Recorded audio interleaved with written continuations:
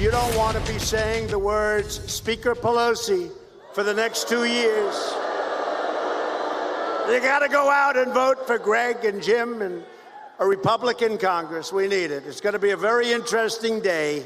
Tuesday is going to be a very interesting day.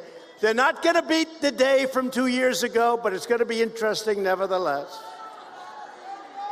Was that a great time we had 2 years ago?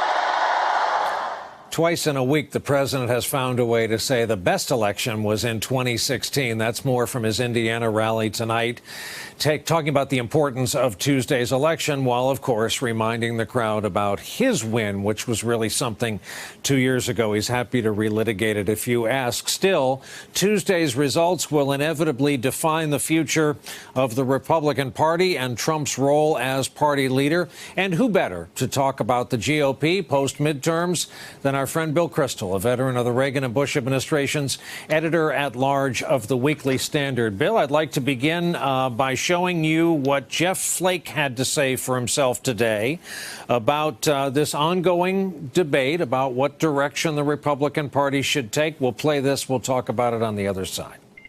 We're better off as Republicans sticking to what works, I think, and we have a good record on regulation and jobs and the economy.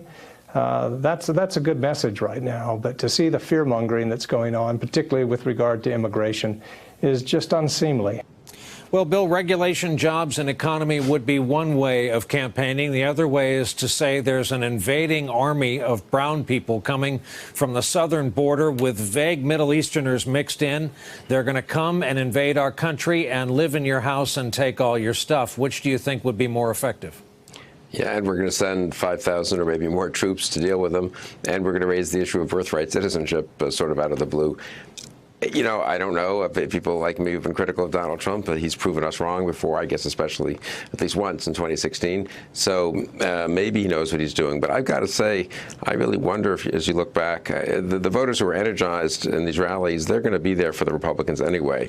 They can be they can be sent emails, they can be communicated with and told you need to get out and vote to help support the president. I should think with the economy as strong as it is, unemployment low, wage growth moving up, with no obvious with no obvious foreign policy disasters, happening, I would think a little more of an Oval Office strategy actually by the president might have been sensible.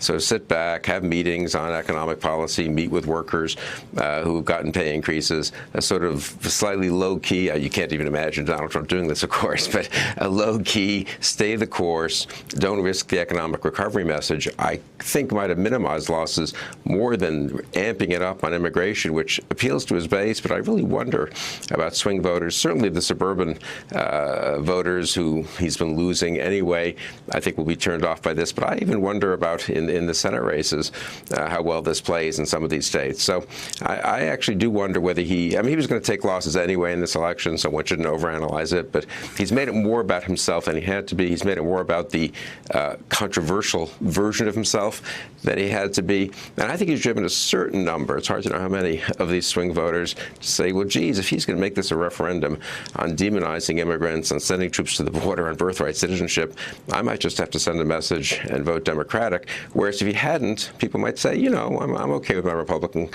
congressman or congresswoman. I kind of like most of what they've been doing. I voted for them the last time. That's why there's a Republican House and a Republican Senate. I'll vote for them again. So I think it's been I think there'll be a lot of second guessing of Trump's strategy if Tuesday night turns out to be bad for the Republicans. Hey there, I'm Chris Hayes from MSNBC. Thanks for watching MSNBC on YouTube. If you want to keep up to date with the videos we're putting out, you can click subscribe just below me or click over on this list to see lots of other great videos.